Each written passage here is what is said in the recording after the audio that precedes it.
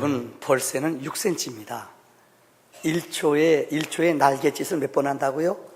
80번이요. 아마 되게 촐싹거릴 것 같아요. 너무나 힘을 많이 써요. 근데 여러분, 이 새는 참 하나님의 창조가 섭리가 오묘해요. 다른 새들은 앞으로 뒤로 잘 못 간대요. 근데 이 새는 날갯짓 하면서 뒤로도 가고 방향도 탁탁 돌 수 있대요. 제가 시간이 없어서 다 보여드리지 못했습니다만은 너무나 날갯짓을 1초에 80번 탁 하느라고요. 너무 피로해가지고 4년밖에 못 산대요. 근데 세상에서 제일 큰 새가 있어요. 이게 뭐냐? 바로 여러분들이 보여드린 새입니다. 보세요. 알바트로스라는 새입니다. 한 90cm 내지 1m 돼요. 키가요. 날갯짓을 한 번 하면은 3.5m라고 합니다. 근데 이 새는 참 멋있답니다. 아마 알바트로스라는 새를 보시면 한번 날갯짓 할 때 쫙 날아가요. 근데 이 새는 너무 재밌는 게 높이 날아서 상승기류, 하늘에 가면 상승기류가 있어요. 바람 부는 거요. 그곳까지 상승기류까지는 자기가 힘을 써서 올라가요. 근데 그 위에 올라간 다음부터는 날갯짓을 안 한대요. 딱 거기 올라가면요, 그 상승기류에다가 자기를 맡기면은 그 바람 따라서 움직인대요. 가만히 있는데요. 촐싹거리지 않는데요. 그런데 힘을 거의 1% 다 올라갈 때 1% 막 자기가 힘써서 거기까지는 올라가요. 그 다음에 가만히 있어요. 그러다 자기가 목표 안 되나 내려갈 때 보면은 거기 내려가는 곳까지 쭉 따라갔다가 그곳에서 힘써서 내려요. 무슨 말인지 2%만 힘쓰고 나머지는 그 상승길에다 올라타서 가만히 자기를 맡겨요. 제가 왜 서론으로 이 얘기를 드리냐? 신앙생활도 그래요. 어떤 사람은 자기 힘 가지고 하려는 사람이 있어요. 1초에 몇 번이요? 80번 이러고 다녀요. 그냥 왜 그렇게 분주한지 몰라요. 변하기도 잘 변하고 삐지기도 잘 삐지고 열도 잘 받고요. 근데 어떤 사람은 정말이에요. 신앙생활에도 참 내가 누구라고 얘기 안 할게요. 교회 나온 지 얼마 안 돼요. 근데 저분은 진짜 한 5년 믿은 사람, 10년 믿은 사람 같아요. 듬직하고요. 목사가 나와요. 그러면 이분은 얼떨결에 저녁 예배도 나와요. 변하질 않아요. 사람이 성품대로 믿어요. 여러분, 여러분의 신앙은 어떻습니까? 너무나 촐싹거리면서 분주하지 않아요. 열심히 하기는 하는데 왜 그렇게 잘 넘어지고 잘 삐지고 실망해요? 한번 날갯짓 하면은 좀 우직하고 믿음의 뿌리를 내려서 변하지 않은 믿음 가져야 되지 않아요? 터툴리안이라는 초대 교부는 이런 말을 했어요. 기독교라는 것은 나의 이성이나 나의 경험이나 이해로 되지 않는 것을 믿는 것이 신앙이요 믿음이다. 내 이성으로 내 생각으로 믿어지지 않는 것을 믿는 것이 영적인 사건이요 믿음의 사건이라는 것입니다. 한 예를 들게요. 여러분, 세상에서 제일 먼 여행이 어딜까요? 세상에서 제일 먼 여행은 머리에서부터 심장까지입니다. 마음에 믿고 생각하는 거. 이거보다 더 먼 여행이 있어요. 뭔지 아세요? 가슴에서부터 발까지 움직이는 거예요. 아무리 느끼고 아무리 깨달아도 내 발로 실천하고 내 손으로 행동해요. 세상에서 제일 먼 여행이 가슴에서부터 손까지 발까지 가는 거예요. 성경에 보면은 우리를 믿음의 조상을 누구를 불러요? 아브라함이라고 그래요. 아브라함은 믿을 뿐만 아니라 그대로 행했다는 거예요. 여러분, 이런 얘기 들어보셨어요? 어떤 이 유머입니다. 어떤 교회 목사님이 교회를 일생 동안 개척해서 큰 교회를 이루시는데 신장병이 걸렸어요.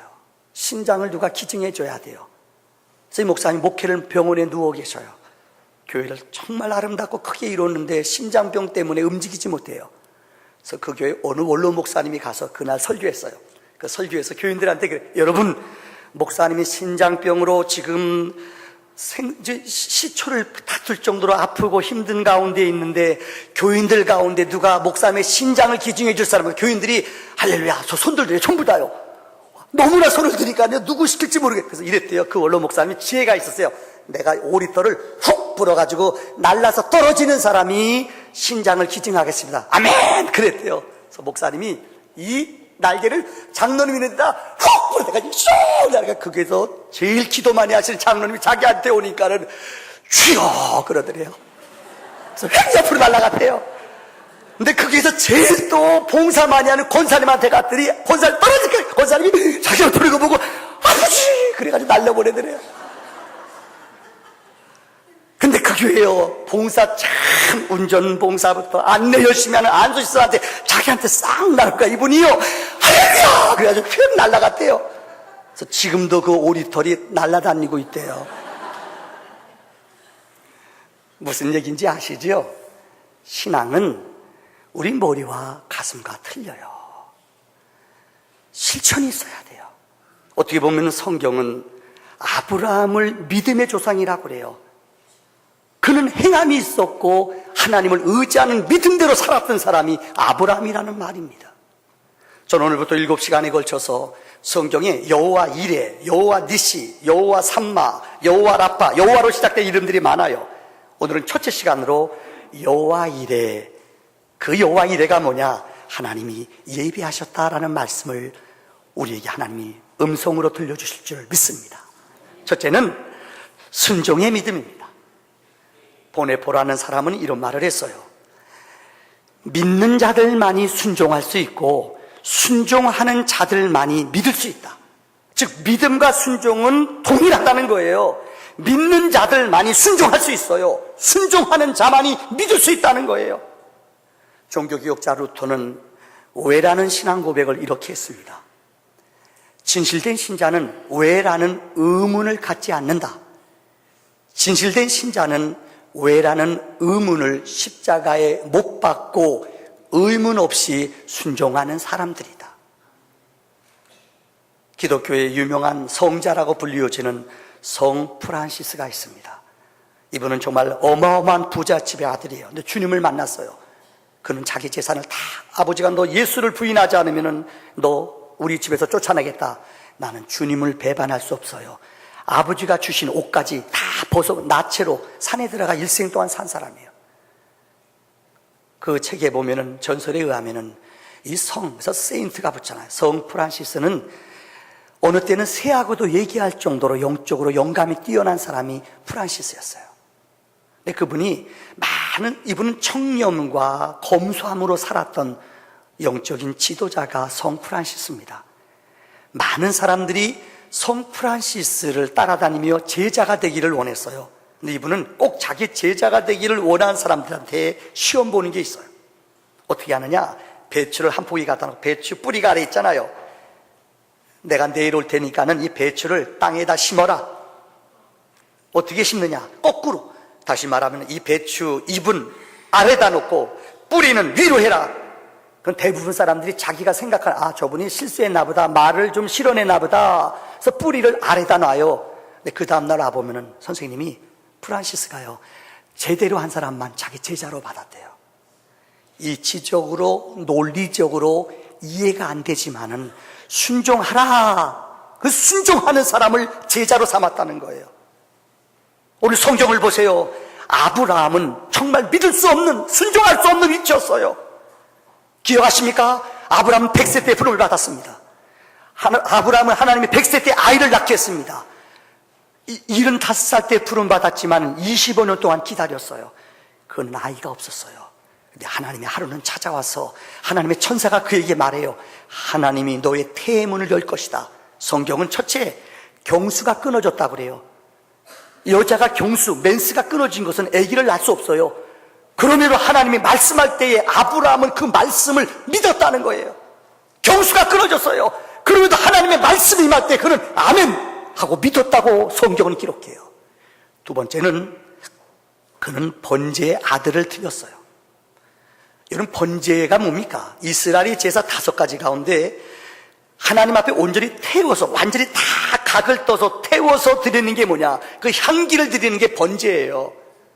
100세 때 낳은 아들, 하나밖에 없는 아들을 하나님이 번제로 각을 떠서 이 아들을 제물로 완전히 태워서 드리라는 거예요. 폰라드라는 유명한 신학자는 이 본문을 이렇게 해석했어요. 하나님은 아브라함을 75살 때 부를 때에, 하나님이 그랬어요. 75살 때 부를 때에 본토 친척 아비집을 떠나라, 그렇게 말씀했어요. 본토 친척 아비집을 떠나라. 그는 과거 세상의 인연들, 자기가 기득권을 갖고 누릴 수 있는 모든 것들을 그는 포기했다는 거예요. 과거를 하나님 앞에 못 받고 과거를 죽이고 주님을 따랐다는 거예요. 번제로 아들을 드렸, 100세 때 얻은 아들을 드렸다는 말은 어떻게 보면 이삭은 그 집의 미래요, 꿈이에요.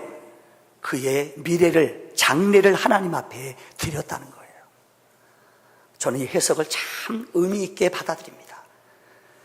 그가 본토 친척 아비집 고향 의지하는 사람 인맥 스펙 다 버려버리고 아브라함을 하나님의 약속의 땅을 향해 떠났어요. 그의 과거를 청산했어요. 과거를 못 박았어요. 아들을 죽인다는 것은, 아들을 번제물로 드린다는 것은 자기의 미래 꿈을, 미래를 하나님께 온전히 못 박는 거예요. 이게 믿음이에요. 한 걸음 더 나아가 그는 모리아 산으로 갔다고 그랬어요. 여러분, 성경을 오늘 본문을 쭉 읽어보면은 하나님이 아브라함을 100세 때 낳은 아들, 성서학자들은 아마 그 아들의 나이가 20살 전후였다고 얘기해요. 아브라함은 120세가 됐을 거예요. 내가 100세 때 준 아들을 너는 내게 번제로 드려라. 그러면서 성경은 이렇게 시작해요. 하나님이 아브라함이 진짜 나를 경외하는가, 나를 진짜 의지하는가 시험하시려고, 아브라함의 믿음을 시험하시려고 그에게 번제로 드리라고 약속했어요. 근데 성경에 보면은 모리아산까지 갈 때에 3가지 유혹이 있어요. 첫째는 아내입니다. 아브라함이 그 음성을 듣고 하나님의 약속을 듣고 아들을 데리고 출발, 2 종과 나귀에다 안장을 메고 나무를 가지고 2 종과 함께 출발했어요. 근데 성경에 새벽에 출발했다고 성경은 기록해요. 아내랑 상의하지 않았어요. 여러분, 본문을 상상해 보세요. 아내에게 100세 때 낳은 아들을 데리고 모리아산에 가서 죽인다. 아내가 그 얘기 들었으면 어떨까요? 아마 여자 알지요? 여자의 끈기와 여자의 아줌마 부대의 그 원성, 여보 미쳤어? 아마 그럴 거예요. 못 가게 했을 거예요. 그래서 성경에 보면 아브라함이 약속을 향하여 나아갈 때에 새벽에, 이른 새벽에 아내와 상의하지 않았어요. 온전히 하나님의 약속을 믿고 나갔다는 거예요. 2 번째는 모리아산에 도착해 3일 길을 걸었어요. 아마 그가 걷는 그 3일 동안의 발걸음은 1000근, 10,000근보다 더 무거웠을 거예요. 이제는 산에 올라갑니다. 아들에게 장작을 지게 해요. 그는 성경에 보면은 칼과 불을 들고 아들과 올라가요. 그리고 2 사환을 그곳에 남겨놨어요. 이유는 2 산이 올라가다가 생각해 보세요. 끝까지 올라갔으면 사람들이 죽이려고 그럴 때 주인님 미쳤어요, 노망이세요, 이거 웬일이에요, 말렸을 수도 몰라요. 그 종들을 그곳에 세워놓고 그는 올라갔어요. 올라가는데 아들이 질문을 해요. 아버지, 번제할 재물들 어딨죠? 다른 거 다 준비되는데 번제할 양은 어딨어요? 근데 아버지가 그래요. 아들아, 하나님이 예비했다. 이 본문을 가지고 유명한 렘브란트라는 사람이 성화를 그렸어요. 아브라함과 이삭이라는 그림이에요. 여기에 보면 등장인물이 3명이 나타나요. 첫째는 이삭입니다. 야, 저는 이 그림 가운데 이삭을 제일 먼저 봐요. 아버지가 죽이는데 옷 벗고, 여러분 보세요. 뒤가 이렇게 묶였어요. 그리고 번제단에 올라갔어요. 근데 아무 말도 안 해요. 성경은 분명히 그가 죽임을 당할 때 아무 말도 하지 않았다고 그랬어요. 아버지, 나 장가 안 갔어요. 아버지, 노망 아니에요? 이런 말 안 했어요. 아버지가 그를 묶고 죽이는데도 끝까지 순종하는 그 아들의 모습, 이 순종의 믿음이에요. 2 번째, 아브라함을 보세요. 이 그림 렘브란트가 기도하며 그린 그림인데 아들 얼굴을 차마 못 봐요. 얼굴을 가리잖아요. 그죠? 그리고 아들이 진짜 아들을 죽이려고 칼을 들어 치려고 그래요. 우린 이 모습에서 이 본문을 보더라도 어느 것 하나 하나님이 내가 죽이려면 칼 뺏겠지, 이런 의심 없어요. 하나님 앞에 끝까지 순종함으로 주신 이도 하나님, 생명을 거둬가시는 분도 하나님, 믿는 믿음을 가지고 칼을 들이쳤어요. 여러분, 결단의 믿음, 아들을 죽이는 아버지의 믿음, 이게 순종이에요. 오늘 본문에서 이 그림 가운데 제일 한급한 사람이 누굴까요? 천사예요. 죽이면 큰일 나거든. 내려치려니까 천사가 스톱! 잠깐만요! 이게 여기서 나온 거예요, 여러분들. 잘 안 웃네요. 이분은 잘 웃는데요. 너무 급하잖아요. 아마 이 천사가 내려와서 아마 손 한쪽은 아브라함 손을 빼서 낚아채요. 그러니까 칼이 탁 떨어지잖아요. 이게 잠깐만요! 이게 여기서 나왔대요. 개그 콘서트에 나오는 게 여기서 나온 거예요. 죄송해요. 여러분, 얼마나 황급해요. 우리는 이 그림에서 믿음을 볼 수 있어요. 믿음은 순종이에요. 2 번째, 우리는 본문의 말씀이 성경의 예언을 이루는, 예수님이 증거한 말씀이 성경을 이루는 것이라는 거예요. 보세요. 히브리서 10장 1절의 말씀에 보면은 히브리 기자는 이렇게 말합니다. 율법은 장차 올 좋은 일의 그림자일 뿐 참 형상이 아니다. 율법은 구약을 말합니다. 구약책을 율법이라고 그래요. 율법의 핵심은 뭔지 알아요? 메시아가 온다는 거예요. 여러분, 구약이 가리키는, 율법이 가리키는 핵심은 가장 좋은 소식, 가장 장차 올 좋은 일, 이 땅에 가장 좋은 일이 무엇입니까? 우리에게 미칠 가장 기쁜 소식이 무엇입니까? 이게 복음이에요. 굿뉴스, 예수님이 오시는 거예요. 예수님은 실체입니다. 그러나 이 땅의 율법은 그림자예요. 어떻게 보면 이삭은 율법에 나오는 그리스도의 그림자예요. 제가 6가지를 열거할게요. 첫째, 그는 이삭을 번제물로 드렸어요. 100세 때 낳은 자기 하나밖에 없는 아들을 하나님이 드리라고 그랬어요. 그는 순종하며 이 100세 때 낳은 아들을 아낌없이 번제로 드렸어요. 하나님은 독생자 하나밖에 없는 아들 예수 그리스도를 이 땅에 보내셔서 우리를 위해 죽게 했습니다. 독생자 예수 그리스도는 죄가 없습니다. 근데 인류의 죄, 우리의 죄를 위하여 그분은 십자가에 못 박혀 죽으셨습니다. 이게 복음의 능력이에요. 두 번째, 그분은 뼈를 깎지 않고 죽었습니다. 민수기 9장 12절에 보면은 하나님 앞에 유월절 어린 양을 드릴 때에 꼭 그 짐승은 뼈를 꺾지 않아요. 이게 그리스도의 모형이에요. 예수께서 이 땅에서 죽임을 당할 때 그는 뼈를 꺾지 않을 것이다. 예수님 십자가에 돌아가실 때에 왼편 오른편 두 강도와 함께 죽임을 당했습니다. 성경에 보면 그 당시에 로마 사람들이 사람을 죽일 때 사형 언도를 할 때 십자가에 못 박고 나서 죽었나 안 죽었나 알아보는 비결은 뭐냐? 그 뼈를 꺾어보는 거예요. 근데 오른편 왼편 강도는 뼈를 꺾었어요. 죽었어요. 꺾었는데 소리 지르지 않아요. 죽었기 때문에요. 근데 성경에 예수님은 너무나 우리 위해 고통을 많이 당하시고 창으로 옆구리를 쿡 찔렀잖아요. 죽었거든요. 그래서 성경의 예언대로 민수기 9장 12절에 말씀, 뼈를 꺾지 아니하시고 죽으셨어요. 세 번째는 나귀를 타고 오셨다고 그래요. 오늘 본문의 말씀 보면은 그가 집을 통과하여 모리아 산까지 올라갈 때에 성경은 나귀에다 안장을 쥐고 나귀를 타고 갔다고 그랬어요. 스가랴 9장 9절에 성경은 말합니다. 보라, 내 왕이 내게 임하시나니 그는 공의로우시며 구원을 베푸시며 겸손하셔서 나귀를 타시나니 나귀의 작은 것 곧 나귀 새끼니라. 나귀 새끼니라. 예수님은 이 땅에 나귀를 타고 오셨다는 거예요. 모리아 산에 이삭을 번제로 드릴 때에 아브라함은 나귀를 타고 갔다고 성경은 말하고 있어요. 네 번째로 3일 만에 모리아 산에 갔다고 성경은 기록해요. 여러분 생각해 보세요. 그가 집을 출발할 때 그 마음속에 결정했어요. 왜요? 이미 그를 죽이기로 결심했어요. 죽이자. 그 마음속에 결정했기 때문에 그는 3일 동안의 길을 걸어갔어요. 사실 그가 죽이러 올라갔어요. 근데 성경은 말이에요. 예수님이 십자가에 못 박혀 죽으시고 며칠 만에요. 3일 만에 부활하셨어요. 다시 말하면은 십자가의 죽음을 통하여 예수님이 부활하셨어요. 3일 만에요. 모리아산의 3일과 예수 그리스도의 부활의 3일은 영적인 의미가 있습니다. 다섯 번째, 여러분, 그는 죽임을 당하러 갔으나 살아났어요. 기독교의 복음은 노 크로스, 노 크라운입니다. 크로스는 십자가예요. 노 크로스, 십자가가 없이는 노 크라운, 크라운은 왕관, 영광이라는 뜻이에요. 십자가가 없이는 부활이 없다는 말이에요. 여러분, 복음이 무엇입니까? 내가 죽는 거예요. 왜 여러분의 가정이 지금 삐그덕거리고 힘듭니까? 왜 자녀들과 갈등이 있습니까? 왜 신앙생활하면서 여러분들 교인끼리 갈등이 옵니까? 이유는 하나예요. 내가 죽지 않았어요. 복음은 내가 십자가에 못 박혀 죽어야 돼요. 내가 그리스도와 함께 십자가에 못 박혔나니 이제는 내가 사는 것이 아니요 내 안에 그리스도께서 사신 것. 내가 죽어야 주님이 들어올 수 있어요. 내가 죽어야 내 안에 예수의 영이 거할 수가 있어요. 예수님은 죽임을 당하러 십자가에 골고다에 죽으셨어요. 그러나 그 죽음은 우리를 살리는, 생명을 일으키는 능력과 부활의 역사인 줄 믿습니다.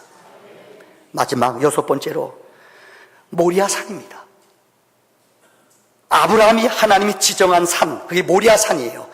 여러분, 모리아산이 뭔지 아세요? 모리아산에 아들을 데리고 올라갔잖아요. 그곳에서 번제물로 드려졌잖아요. 예수님이 골고다 십자가에 올라가 죽임을 당하셨어요. 여러분, 그 골고다가 어딘지 아세요? 바로 지금 예루살렘 성전이 있는 곳이 그곳이에요. 너무나 오묘하지 않습니까? 역대하 3장에 하나님은 예언하셨어요. 그 땅, 모리아산, 하나님 앞에 드려진 그 산이 골고다일 뿐만 아니라 하나님의 거룩한 성전이 지어질 예루살렘이 바로 모리아산이라고 말해요. 제가 열거한 6가지, 지금 더 많은 것이 있어요. 성경은, 예수님은 아무렇게 나온 게 아니에요. 성경의 예언과 약속대로 인류를 구원하기 위해 오신 줄을 믿습니다. 마지막 결론 3번째입니다. 우리 주님은 예비하시는 하나님이에요. 따라합시다. 예비하시는 하나님. 우리 복음성가 가운데 이런 노래 있잖아요. 주님 내 길 예비하시니 참 감사합니다. 전혀 안 도와주네요. 주님 내 길 예비하시니 참 감사합니다.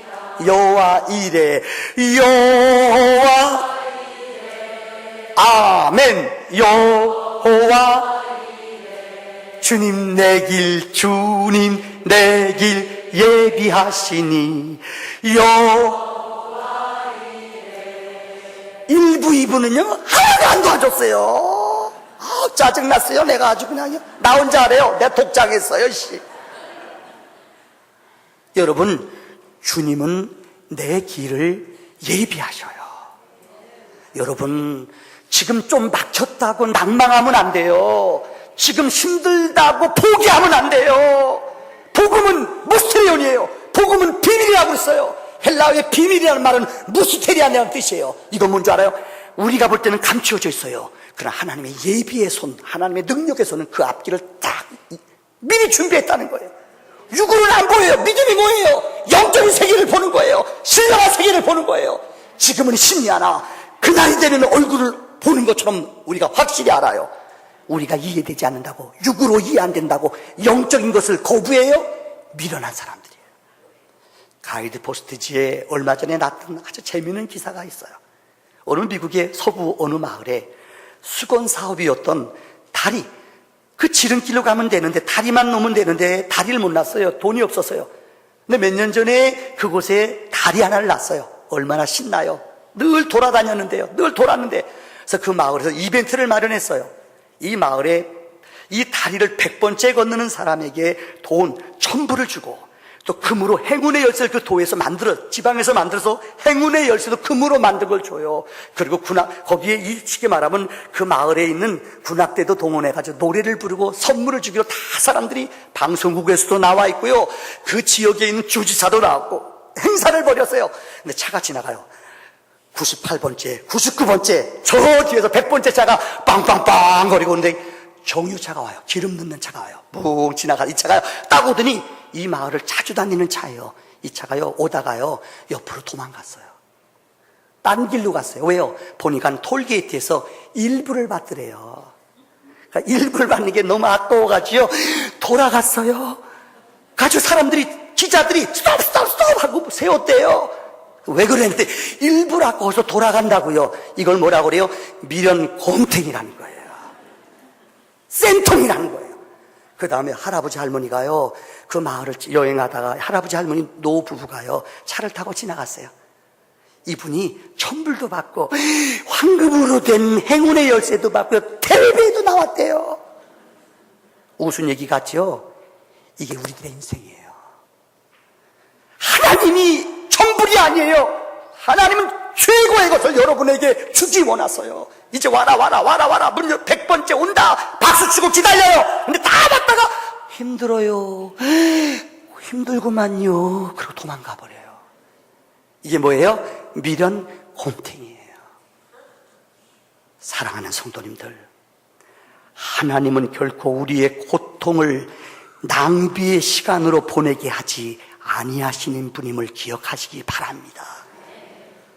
어느 것 하나 막혔다고 이것이 실패가 아니에요. 고통당했다고 아픔이 아니에요. 우리는 이번 주에 우리 사랑하는 권사님, 여러분 잘 모르시죠? 우리 이무순 권사님 우리 창립할 때 우리 교회 개척, 거의 개척 멤버세요. 우리 고 권사님이 그러시더라고요. 우리 교회 처음부터 나오셨대요. 우리 원로 목사님 사모님이 빵집 하셨대요. 유복자 아니에요. 남편이 울진 그 삼척 거기서 돌아가셨어요. 핏덩어리 같은 어린 놔두고 이 권사님이 그 핏덩어리 같은 아들 하나 키웠어요. 빵집 하셨대요. 그래서 우리 사모님이요 매번 가서 빵 사줬대요. 사주고 그래서 그때 빵 사모님이 사가는데 코가 깨서 우리 교회 나왔대요. 그분은 세상에 누구를 의지할 수 없었기 때문에 이 아들 하나를 키우며 정말 눈물과 땀으로, 여러분 떠나시기 얼마 전에 항상 이 앞자리에 앉으셨어요. 머리 하얗신 우리 권사님, 우리 최명희 권사님, 또 우리 이무순 권사님, 우리 기둥 같은 어른들 아니세요? 제가 다른 얘기 안 드리겠습니다. 이번 주 기도하는데 성령이 내 마음에 감동을 줘요. 그래서 돌아가시기 고주간에 월요일날 우리 신방대원과 함께 갔어요. 제가 왜 그 본문을 설교했는지 몰라요.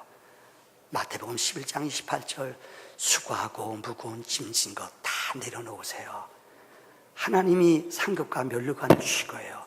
권사님이 아멘 아멘 하시니 얼마나 기뻐하는지 몰라요. 근데 그 다음날 우리 권사님이 그 다음날 뭐 잡수고 싶어요? 포도! 그래서 포도 드시고 고단 우리 구역 강사님이 권사님 못 드셨대요. 바나나 갖다가 반 다 썰어서 드리고 하나님 나라의 기쁨으로 가셨어요. 여러분, 우리 권사님이 수고하고 애쓰신 거 여러분 알 겁니다. 누구보다 교회를 사랑하셨고 누구보다 정말 우리 교회를 위해 눈물을 많이 흘리신 어른이세요. 그러나 저는 믿어요. 이 땅에서 그 권사님이 그렇게 수고하고 아들 하나밖에 없잖아요. 뭐 제가 여러분에게 더 얘기 안 할게요. 그 아들이 참 재고 나오고 서울대 나오고 얼마나 참 잘 됐어요. 그러나 그 아들이 어머니를 지켜주지 못해요. 그 자식이 아무리 잘된 아들도 어머님의 죽음을 지켜주지 못해요. 이게 인간이에요. 이 얘기 드리고 말씀을 마칩니다. 중국에서 진짜 있었던 일입니다. 중국 지하교회 지도자 황칭이라는 목사님이 있었어요. 근데 공산혁명이 일어나고 중국 사람들이 얼마나 잔인했는지 이 중국의 지도자들을 죽이는 게 아니에요. 죽이면 순교하니까는 죽는 게 아니라 배교를 시켜요. 예수를 못 믿게 부인하도록 만들어요. 얼마나 무서워요. 근데 황칭이라는 목사님이 중국의 지하교회 지도자였어요. 이분을 데려다가 1년 동안 고문하고 때리고 어찌나 고통을 줘. 당신들 지하교회를 얘기하라. 지도자가 어디 사느냐 얘기하라. 끝까지 얘기하자. 어느새 혀를 깨물면서 대답하지 않았어요. 그러니까 중국 공산당에서 어떤 일을 했는가 하면은 하나밖에 없는 15살 된 그 아들을 잡아왔어요. 아버지가 보는 앞에서 그 창살 앞에다가 데려다 놓고요. 이 아들을 옷을 다 벗기고요. 거꾸로 매달고 쇠줄에다가 이 아들을 때린 거예요. 이 채찍에다 쇠줄을 묶고 때린 거예요. 맞으면 어린 15살짜리 아이 살점이 탁탁 떨어져 나가요. 이래도 얘기하지 않느냐? 네 동료들의 비밀 장소를 얘기하라. 채찍을 때려요. 그 아들이 거꾸로 매달려 끝까지 어찌나 막 피가 막 엄청 피가 머리로부터 막 흘러내치는 거예요. 아버지가, 여러분 자식을 그렇게 때리면 부모 마음 알잖아요. 배교해라. 아버지 마음이 움직여요. 잠깐만요. 이게 거기서 나온 거예요. 이거 웃는 대목이 아닌데요. 아버지가 너무 마음이 흔들려. 진짜 그랬대요. 잠깐만요. 배교하려고요. 근데 아들이 유명한 기도문을 남긴 게 지금도 전해져요. 아들이 그랬대요. 아버지, 나는 아버지가 아들 때문에 예수님을 부인했다는 말을 들으며 살고 싶지 않습니다. 만일 아버지가 주님을 배반했다면 그 순간 나는 아버지의 아들이 아닐 것입니다. 우리 아버지에게 아브라함의 믿음을 주십시오. 어린아이가 이 외마디 마지막, 하나님 우리 아버지에게 아브라함의 믿음을 주세요. 절규하며 죽었대요. 아브라함의 믿음이 무엇이에요? 죽는 믿음이에요. 아낌없이 순종하는 믿음이에요. 이 거룩한 순종의 믿음이 우리 안에 넘쳐나기를 주의 이름으로 축원합니다. 기도합시다.